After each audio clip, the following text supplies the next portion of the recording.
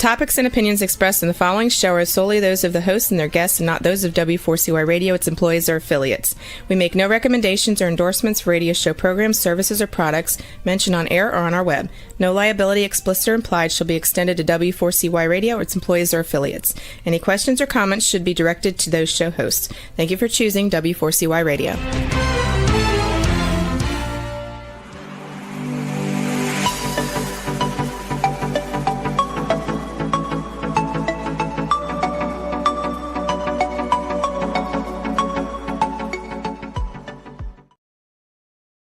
Hey, good morning. Welcome. Good to have you with us. Bill Martinez here, 6 minutes after the top of the hour. And I'm excited to talk with our next guest. What an incredible story that has been documented in their brand new book, I've Been to Heaven, the true story of a husband's supernatural near-death experience of the afterlife, his wife's prayer that brought him back, and God's message of hope for the world. Steve and Kathy Boyls, welcome to the show. Good to have you with us. Thank you so much for inviting us. Well, great to have you. Kathy, I want to make sure everybody understands. She's a doctor. She's an MD, a real doctor, right? Not one that plays a doctor in any kind of television series. She's actually a doctor. And Steve, you're accomplished yourself, right? Go ahead and tell me. I had it down here in a moment. I'm a software engineer. I've been writing software for about 35 years. Yeah, that explains why we had problems connecting, right? Wasn't my fault. No. Inside joke, ladies and gentlemen. We're having a little bit of an opportunity here, trying to get all connected and to hear one another. And so it only makes sense that Steve would be a software engineer. And so, but anyway, eventually we figured it out. It's like I used to say when I was in broadcasting school, Steve, whenever there was a troubleshooting situation, we always said that the bailout answer was there's a knot in the cord. So it seemed to work in the classroom, but it's not going to work anywhere else. But well, for software, we always blame the hardware. Well, of course, you've got to have an antagonist, right? That's right. It's what makes the world. It's what makes the world go round. Well, look I am so honored to have you both here to tell your story, Steve. Why don't you start it out and tell us, what happened, how it all began? Well, it all kind of started off kind of not a big deal. It was towards the end of November of 2021. I wasn't feeling well, and it just kind of kept getting worse and worse. It turned out that my wife, daughter, and myself all ended up getting COVID. We all had it in different ways. I had a really hard time breathing, and Kathy had a really bad headache, throbbing headache, and she had a hard time taking care of me. So kind of decided what might be a good idea to just take me to the emergency room, see if I could get some CPAP mask and an oxygen for a couple of days, and I'd probably be all right. Mm-hmm. Well, that started out okay, and then I got into the emergency room. They wouldn't let Kathy come in for 20 days to even get near me. Wow. And after being there for about 4 or 5 days, they basically, all I got to drink for food was little Ensures, which aren't really very good. Sorry for any Ensure stockholders, but it's not a good product. And, and then they decided I needed to be put on a ventilator. And I was getting kind of desperate to go home, to be honest with you, because I kept thinking, I'm starting to feel better. Why can't I just go home? And they decided, well, you could go home after we put you on a ventilator for, 7 to 8 days, and then you'll be real good and you can go home. So I took the bait and said, okay, I'll do that. And now, was Kathy involved in this conversation and in this decision? No, because she wasn't allowed to be there, and all I could do was try to text her. And I just kind of felt at the time that I was okay, but I know she would have probably said no. But I didn't have that. I didn't have her with me to really emphasize how no that was. Right. So anyway, I said, okay, they put me on the ventilator, and I was in a medically induced coma for about 3 weeks, a little over 3 weeks, 3.5 weeks, something like that. Oh my God, that's incredible. Kathy, we talked about it in the show early on during COVID, as it was coming out, and it was just heartbreaking to think of the families that could not see their loved ones as they were going through this. I mean, this is just absolutely horrific, and nothing. I don't know we ever experienced anything like this in the history of America. This kind of quarantine and this kind of reaction and all that was going on. What was going through your mind? Is this was happening? I mean, your husband is going on. You're just praying and trying to make sense of something that doesn't make sense. Well, the 20-day rule was really an arbitrary decision that a committee in the hospital made that would not allow me to go and see my husband for that period of time. Even though as a physician, I could go and see any patient I wanted to, could not go into the ICU and see my husband. And so we did go through a lot of almost ridiculous things like that. But I knew that I did need to abide by their rules so that there would be no bad consequences to my husband. So or your license, as a physician. I obeyed all their rules. My recourse, of course, was to go to God and to pray. And that was something I knew how to do, thank God, and the power of the Word of God. And so that's where I went to get my help. Well, it's kind of amazing because being since in the position I was in, I was doing a deep dive on COVID and trying to figure out, what was going on, particularly with the ventilator. When I'd heard that you were on a ventilator, and Kathy, you might verify this, as the doctors have told me that only a third of the people who go on a ventilator actually come off it. And so here you are, odds against you, to survive being ventilated, especially during COVID with everything, because it seemed like we were incentivizing all the wrong things, if I can say that. That's correct. It's really during COVID, less than a third that survived being on a ventilator. Most of them died. Most. Yeah. So it was just an awful time. Mm-hmm. And so, from my perspective, my profession failed me. And I really knew that I could go to God and he would be the one that would help me in this situation. And he did. Let me ask you this. I mean, post-COVID here now, as a doctor, you say your profession failed you. Did we learn from it? Is the profession reconciled to where they will not fail you again?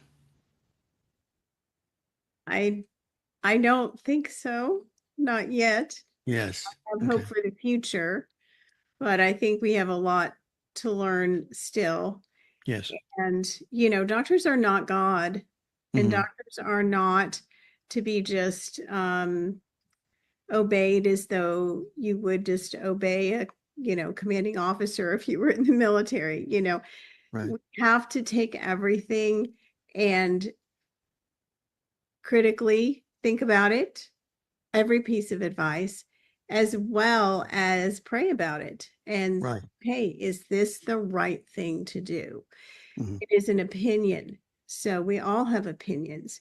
Doctors have an opinion based on information they've learned, but they don't always know everything, obviously. So you have to, and especially with COVID, because so much was kept from them, Kathy. Right. And then, a lot of the physicians were just in fear of losing jobs or licenses and things of that nature, because many of them did, who kind of stood up and had a different message. And so when you have a family to support and you have a lot of things going on in your life, you really don't want to make waves because it could go really poorly for you. Yeah. So, Steve, you're in this induced coma for 3 weeks. And so something supernatural happens to you. Yeah. Well, I was in the coma for 3 weeks, but I was on the ventilator for 45 days. So just get that out there. Oh, wow. Okay. So, but anyway, I'm in this coma and, your spirit man never sleeps. Your body can go to sleep. Your mind can take a rest, but your spirit man never sleeps. It's awake 24/7. So I'm in this coma and this angel appears to me and I see him with my spirit man. And okay, I'll tell you what, we got to go to a quick break. Let's pick it up. Sure. We're going to leave everybody as a cliffhanger, as they say. We're going to let them hang on the cliff here for a second as we take a quick break, and we'll be right back with Steve and Kathy Boyls. Stay with us. And we're back with you as promised, 19 minutes after the top of the hour. Bill Martinez here with Dr. Kathy Boyls and Steve Boyls. Kathy is a physician, and Steve is an IT professional. And as he was saying right before the break, is the spirit man is always awake. And you have an encounter with an angel? I have an angel that comes to me and he says, "Hello, Steve. My name is Marzuka. You spell that Marzuka, and I'm here to take you to heaven for a little while your body heals." He even spelled his name out for you. He even spelled his name out for me. I love these angels that know spelling. That's great. Yeah. gives you a Probably sense of comfort, doesn't it, Kathy? Well, I knew when he first told me, I thought, well, that's really weird. And then I realized, well, you know what? Steve is not really good at spelling. And so this has to be real because he would never spell something out like that. Yeah, exactly. So did you ever find out what Marzuka meant, by the way, just sidebar? Well, actually, I did. Yes. Oh, okay. It means blessed by God or one who God provides for. Ooh, okay. Very good. Okay. So he says, come with me. He said, "Come with me. I'm taking you to heaven for a little while your body heals." So I figure I have nothing else to do. So sure, let's go to heaven. So pretty much within, pretty quick, we were in heaven. I saw a lot of stuff. Your spiritual eyes have a much broader view, a spectrum of light that they can see than your natural eyes. And so I saw some amazing sights going through the atmosphere up to heaven. Did you travel first class? Did the angel at least take you first class? He was right next to me. So I don't know. Yeah. Probably. Yeah. Right. Okay. So anyway, I get to heaven really quick, and it's an amazing place. I was just absorbing everything that I encountered. And so, the grass, we landed on this grass, which was like amazingly fluffy and soft, and you would step on it and it'd spring right back up. You weren't going to be able to stomp it down. Mm-hmm. I don't know why you would, but it was very soft. And if you ever slept in heaven, there's no sleeping really. But if you did sleep, you could sleep on the grass and it would be better than probably your softest mattress here on earth. Right. But it was just an amazing sight. There was so many different colors, and the atmosphere was just so much. There was so much peace. There was security. There was just love. I mean, you could just sense you were loved just standing there, Wow. So we went in, and I had to put things in human terms so people can kind of understand what I'm saying. Sure. So we went to a place that I'll describe as a welcome center, and the guy behind us, really an ornate wooden type desk, very nicely carved, said, "Hello, Steve, welcome to heaven. Marzuka is going to be your guide while you're here, and he's going to show you the things that you need to see." And so on the wall of this building were scenes that I eventually ended up going to, kind of like you'd go to a travel center and you would see the Colosseum or the Eiffel Tower or something like Right. that. These were scenes in heaven that I would eventually visit. I didn't realize that at the time when I saw them, but as I started going to these sites, I realized, oh, that was on the wall. That was one of those scenes on the wall. Exactly. So one of the first places we went to was a big meadow. It had it's a beautiful meadow with the same type of grass, had huge patches of these multicolored flowers. And when I say multicolored, I mean the leaves themselves were multicolored. They had like woven swirling colors mixed in with each other. And I got to imagine very dynamic, right? Oh, like yeah. Colors like you've never seen before. Oh, yeah. Yeah. Because you're seeing a broader spectrum of colors there in heaven with your spiritual eyes. And then the aroma from the fragrance from the flowers was amazing. Again, that same fluffy, beautiful grass, huge trees that were, I later found out were like mustard trees. Your faith grows from a seed of a size of a grain of mustard. Well, those trees, those seeds grow into huge trees. And there was birds flying in and out of the trees. One of the first things I saw was all the dogs that we had died when they were old. We took good care of them, but they just get old, And so I saw they were in a group. There were like 8 of them, and they were all running towards me. All your dogs? All the dogs, all the dogs wow. we've ever had when we were married, and even one of my dogs that I had previously. But they were all in amazing shape. They all looked fluffy, with pretty hair. They were all friendly. One of the dogs we had had one eye, had walked with a limp. He kind of wandered into our garage one really hot summer day and just kind of plopped down in our garage and stayed there. Yeah. So we just kind of kept him. He didn't have a chip or a tag or anything like that. So he looked beautiful. He had two eyes, a beautiful coat, didn't have any scars or limps, ran around with the other dogs. Everybody was in perfect shape. Wow. I saw relatives. I saw my niece who looked beautiful, my brother who I hadn't seen in 30 years. Everybody looked like they were in like their mid-20s, maybe 30 at the max as age. Everybody was healthy. Everybody looked wonderful. Everyone just was, it was great to see everybody. I mean, and when I hugged them, it was a solid hug. It wasn't no wispy thing. It was like, hugging your wife or hugging your, a good friend. As if you were still in this earthly dimension, right? Exactly. Yeah. Except it was more real than Earth. I know that's hard to understand and explain, but it's more real. Yeah. Well, Kathy, as Steve has been telling you this, and as a physician, and I know that it's been tough, particularly whenever we talk about NDEs, near-death experiences, as they've been defined as, particularly in the medical field, it's a challenge for some doctors to get their brains around something as mystical and supernatural as a near-death experience, right? That's right. And that's because if the physician really doesn't believe that there's anything more than what we have in this life, then they really have no framework to, put stories like that into context.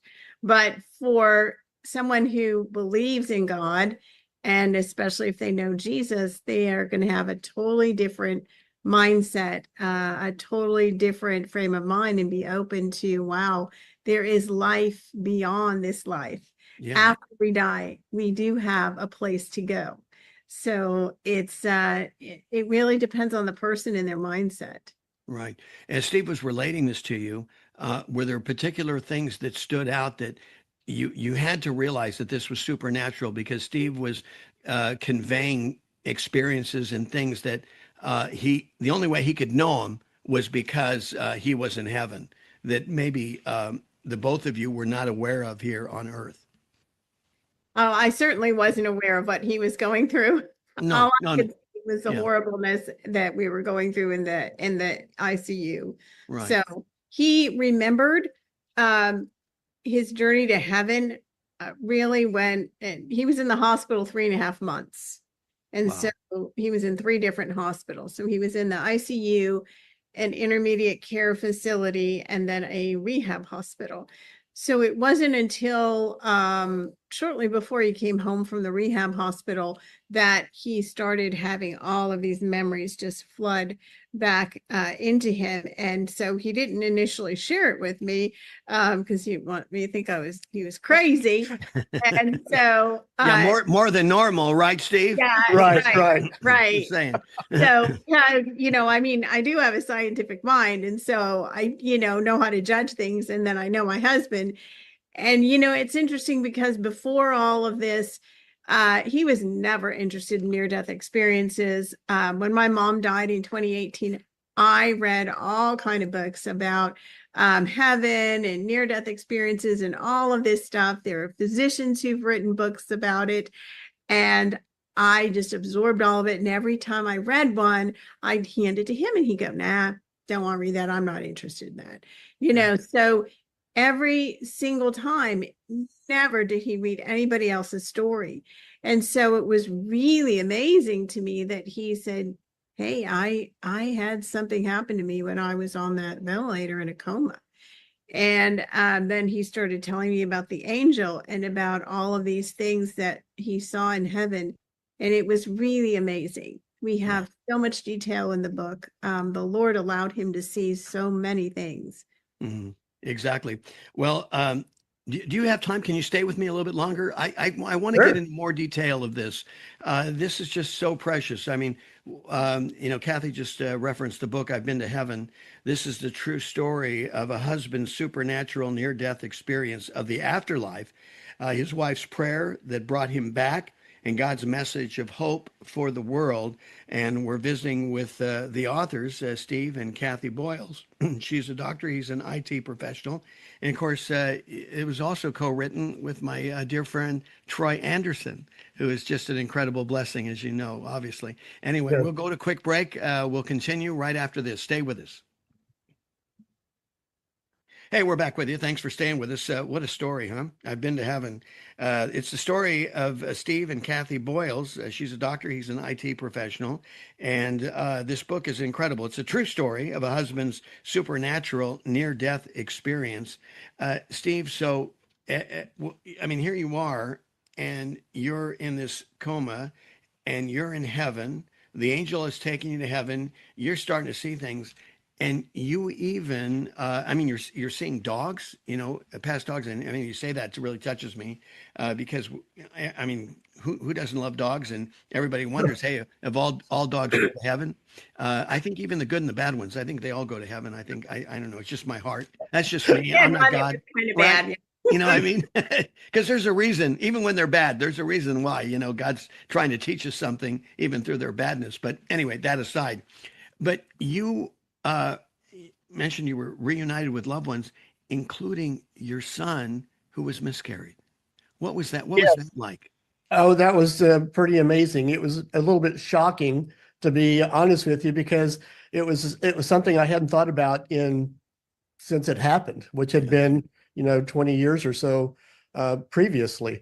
And so Marzuka, who I actually found out is my guardian angel, and he had Right. been with me since I was conceived. Uh-huh. We were walking across this field, and this little boy walks up to me and he goes, "Hi, my name is Daniel. I think you're my dad." Oh, And wow. I'm like, "Whoa!" And so I kind And now, of now, how old was he? You he know, in looked like terms. he was like 5 or 6. Oh, Okay, 5 or 6. Okay. All he right. looked like he was 5 or 6. Okay, but he was pretty sharp for a 5 or 6 year old Mhm. because he doesn't have all the corruption that you get here on Earth, I guess. But And of course, you said you take after your mother, son. yeah, well, I could tell he had a mix of, by looking at him, I could tell he had features from both of us. Yes, right. But the good looking features probably came from her. But I was talking about his mind. Yeah, Oh, well, there yeah, you probably go. that too.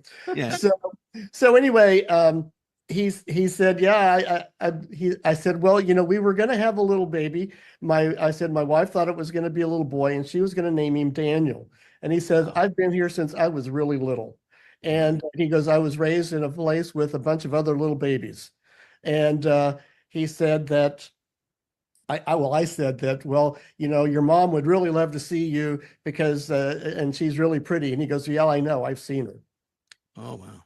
Wow. So I know that was pretty amazing when I told Kathy about that. She was really excited to know that, he's there. And anyone who's lost a baby, those babies are there waiting for you. Uh, Mhm. so you just need to make sure you know Jesus and go to heaven and be with him. Yeah, you think about it, Kathy, how tough it is, and of course, this is a personal issue when you miscarry, and then to realize that yes, in fact, I was just speaking with a dear friend, and she had 5 miscarriages, Mm. Mhm. and I don't know why I said this. I just maybe the Holy Spirit had prompted me to do so, and I had the sense of assurance that I was supposed to tell her that those babies are waiting for you in heaven, and the comfort that it gave her. And she goes, "Do you think so?" And I said, I I really do, and I think it's more than I think. I just have this sense, this confirmation that God is giving me right now that that's the case. And I what Steve and you are sharing right now is important because how many miscarriages do we have every year that women deal with, and they carry this is with them forever because it's in their nature to nurture, right? Yes, absolutely. And I would encourage those women to actually name their child. I was only 4 or 5 weeks pregnant, so I Mm, didn't know for sure if it was a boy or a girl, but I just prayed and asked the Lord, and I just felt like it was a boy. So mhm. Daniel was my favorite Bible character, so I named him Yeah. Daniel. And when Steve told me that, I was just shocked. And for a long time, I'd make him tell me the story over and over again, and I would just cry because, and I also want to add, even if a woman has lost a baby through abortion, God's grace brings forgiveness. And so those babies are still waiting for you in heaven if the baby was aborted, and that child will find you and you'll have an incredible reunion. You imagine, because what I hear often, from women particularly, and now an increasing number of men, Steve, who when they realize the reality of what abortion did, and that because the doctors have misrepresented and said, oh well, it's just like, if it's an abortive patient pill that they take, well, it's just like taking Tylenol, and they just really negate the humanity of what is growing inside of them, and God's workmanship that is being demonstrated within their body. And women will say, Bill, my child would have been 8 years old today, or they would have been 16. I remember I was in Los Angeles and I was interviewing a producer of an abortion movie, and I was looking at my notes and I wasn't really paying attention to his face, but we were talking about abortion. The movie was about abortion, and we were talking about it, and I relayed to him about what women say to me anecdotally about their children and how their heart continues to ache for that child. And, and I looked up and tears were rolling down his face. And he said, Bill, my son would have been 18. And, that is such a personal and profound connection. And only God, our God, would do this, would reunite us with our children, regardless of the mistake, regardless of the condition. As you say, Kathy, so appropriately, we can be so grateful for God's grace, right? Yes, that's right. Yeah. Well, Steve, you saw a baseball game in heaven, huh? Was it the Angels and the Dodgers? I mean, what teams were playing? I know it's kind of crazy sounding, but it was a baseball game in heaven. In fact, when I first met my brother, I asked him what he did. And he says, oh, I go to Apostle Paul's Bible studies. I go to baseball games. And I say, baseball games? And he goes, yeah, there's baseball in heaven. Now, and so wait a minute. We fast forward on me. We talking about, you mentioned you saw your brother in heaven too. Yes, this near-death experience. Okay. All right. Because we were talking about the son, and now you shift to the brother. I just want to make sure, because the audience, I don't want to leave them behind here. Okay. So I was trying to set up the baseball game because all right. So anyway, so Marzuka says, I got a treat for you. So we started going to this huge stadium that I saw. Wow. And I got to say, there's probably other sports in heaven, Yes. because I think all good ideas come from God. And so I think baseball was one of them. So we got to go to a baseball game. The bases were made of gold.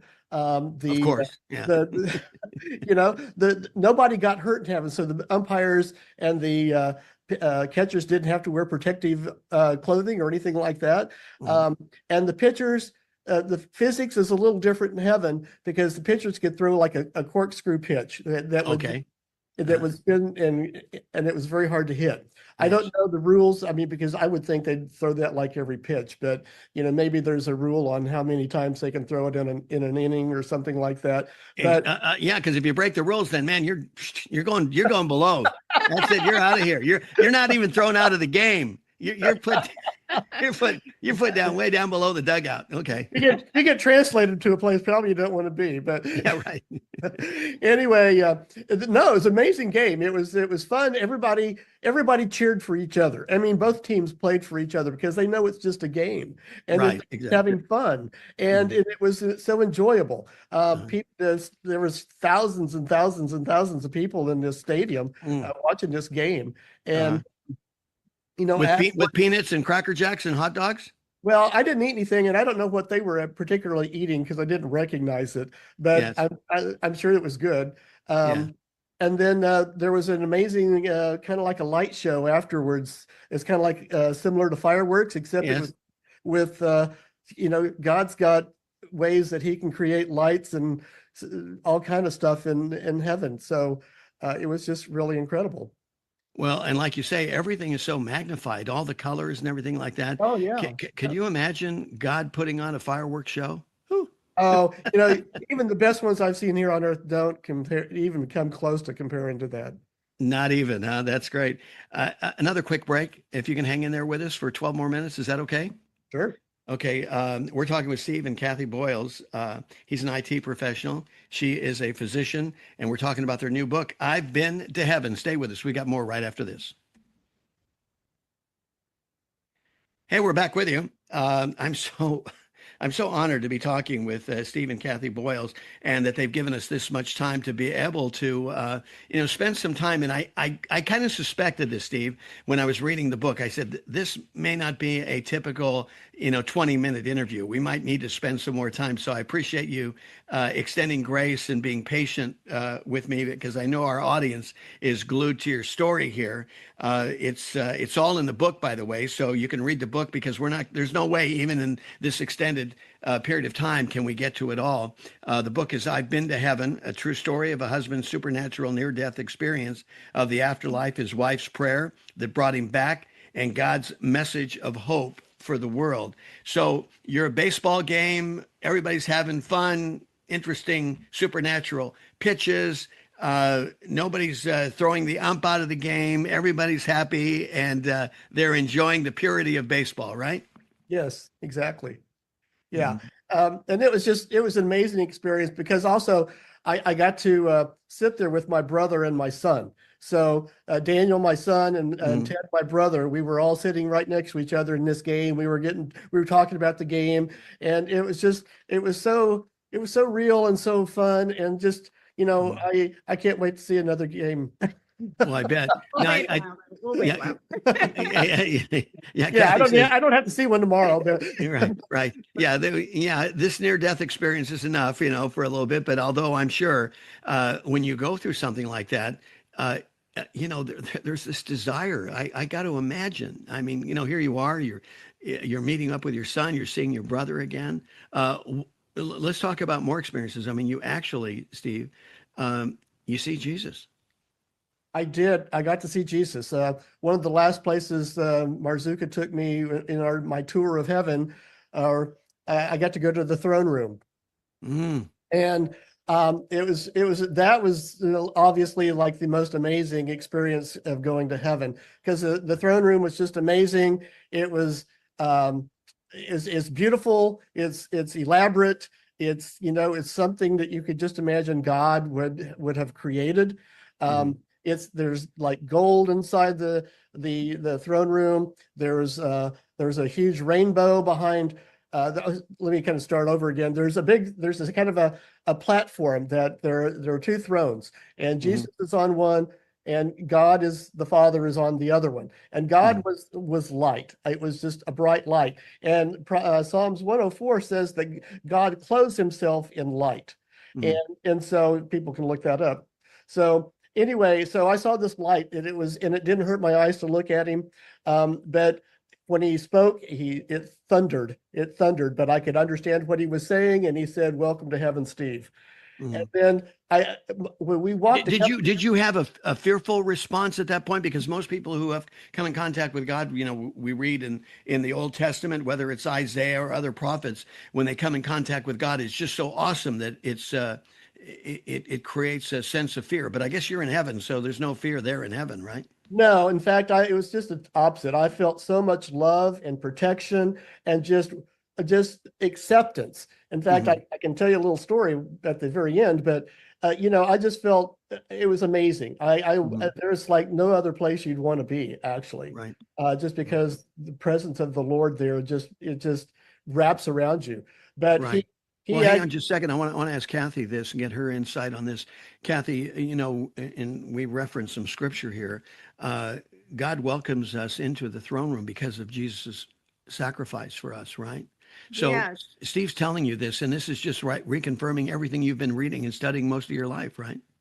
That's exactly right. And we don't have to worry about not being worthy. If we know Jesus, he is the one that made the way for us to go to heaven and to be part of God's family.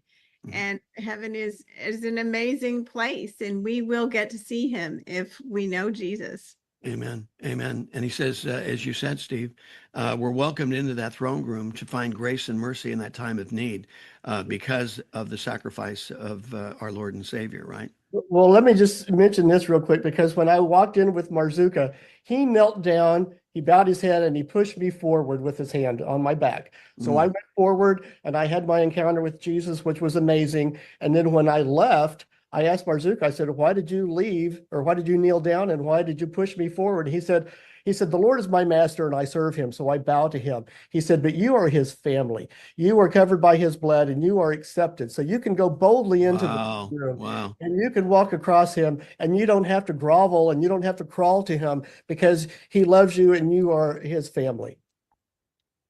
Is that incredible, Kathy? I mean, put Yeah, that in perspective, right? that's amazing. What he was experiencing in the throne room, I was experiencing in prayer because I was going daily to the throne room in prayer Right. and putting my petitions before the Lord and believing what God had promised us in his word. So, yes, it was amazing. Wow. All right. So now it's time, for you to leave the throne room, and Marzuka ushers you out. Where's your next stop? Well, Marzuka, we left the throne room and Marzuka was telling me, he said, I need to get you back to your body because you're going to be waking up really soon and Kathy's going to be sitting there waiting for you. Oh, So kind of the next thing I remember is I wake up and Kathy's sitting there waiting for me. And the kind of wishing I was probably back in heaven at that point in time. But I at that point in time, I really hadn't remembered anything yet. mhm. But all I do is I woke up and really realized what bad shape I was in because I'm still in this hospital. Now I'm on a ventilator. I can't talk. I couldn't talk for like 2 months, which is drives you crazy because you just Oh, yeah. say anything. You can't communicate with anybody. Right. I felt terrible anyway. So, Hmm. I Well, mean, well, I'll tell you what, I kind of sped up a little bit, but I wanted to also focus on, and forgive me for skipping this because this is absolutely key, and that is the message that Jesus gave you before you left. yes, yes. So I had seen a few things in heaven, and Jesus asked me if I saw him, and he told me yes, I saw him. But he said, I'm basically he put his hands on my shoulders and he says, I have work for you to do, and I'm going to tell you what it is at the right time. And and so that's one of the reasons I came back is because Jesus had more work for me to do. And I really believe a lot of that has to do now with just being able to share my experience because there's the world is in such crazy shape right now. Oh, It's yeah, absolutely. so many things are happening almost on a daily basis. You can't keep up with it. Mhm. And we really need to focus on our eternal destiny and our eternal home, as opposed to keeping our eyes and worrying about everything that's going on earth. We can't control the stuff on earth, but we can sure control our destiny and go into heaven and keeping our eye on Jesus. Yeah, because all this stuff on earth is vaporing, right, Kathy? That's right. I think part of our message is just that when you face a crisis situation like we faced in Steve's being in the ICU for such a long time with a very, very slim chance of survival, I think people need to know that God is there. He Mhm. still answers prayer. He Right. still does miracles because Steve is a walking, talking miracle now. Uh, Right. so it Mhm. is amazing what his power can do. And that's one of the things that we've got as a message in the book. At the end of the book is an appendix with all of the healing scriptures that I spoke over Steve while he was in that hospital room. Yeah, exactly. Well, and Jesus gave you a mission to be a messenger of hope. And just as other prophets before Jesus came the first time, they were very hopeful and they received messages from God to present to people to carry that hope forward. And here you are as a messenger of hope, not for Jesus' first coming, but for his second coming. He's coming and soon, right? Yes. Amen. That's what he told you. Very soon. Actually, he said very soon. So Yeah. you can just figure that out by looking at the world today and the shape it's in. Well, he did give us the signs that we could look for, and you look at it. I have said ever since Israel became a nation again, it's as if the hour hand on God's prophetic clock was set. And what's passing now are minutes and seconds. And each minute that passes by, as you say, Steve, is that another occurrence, another indication of Jesus's second coming. Right. I love what Billy Graham said when he was asked if we were living in the last days. He goes, "Oh yeah, these are the last of the last days." Yeah, I would almost say we're living in the last hours. Yeah, yeah, we're getting down to it, right? Yeah. I think so. Yeah, because again, as I mentioned early on, when I'm in studying the book of Habakkuk right now, the prophet is frustrated because he's saying, "God, how long?" And here we are, as you said, the craziness, the chaos that's happening in our country, and these problems are not going to be solved by governments. They're not going to be solved by any one political personality. Right. It has to be God Himself that's got to come in and bring the solution to the madness that we find ourselves in.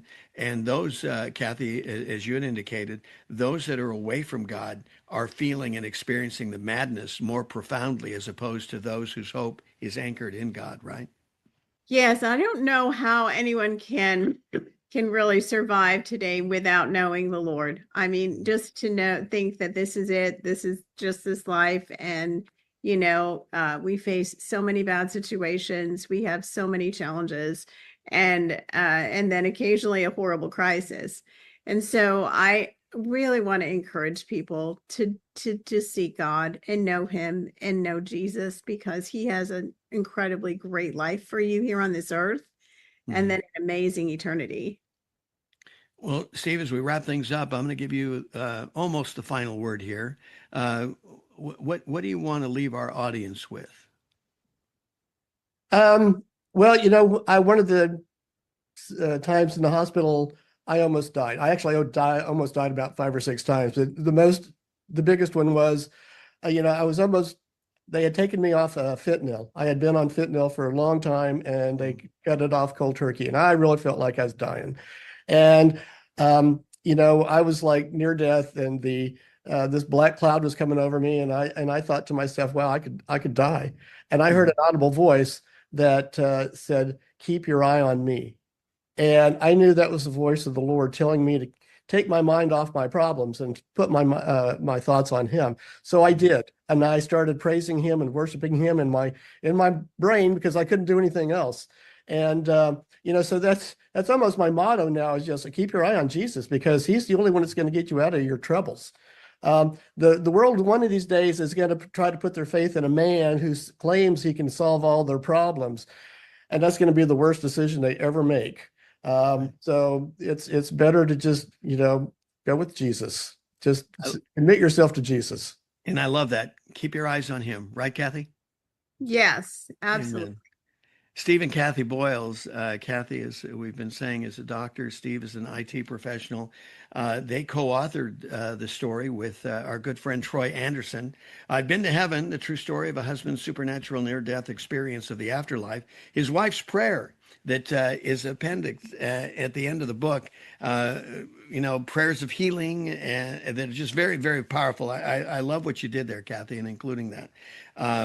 It's her prayers that brought him back, and God's message of hope for the world. Steve and Kathy, thank you so much. God bless you. Thank you for Thank you so much. We appreciate the opportunity. Thank you.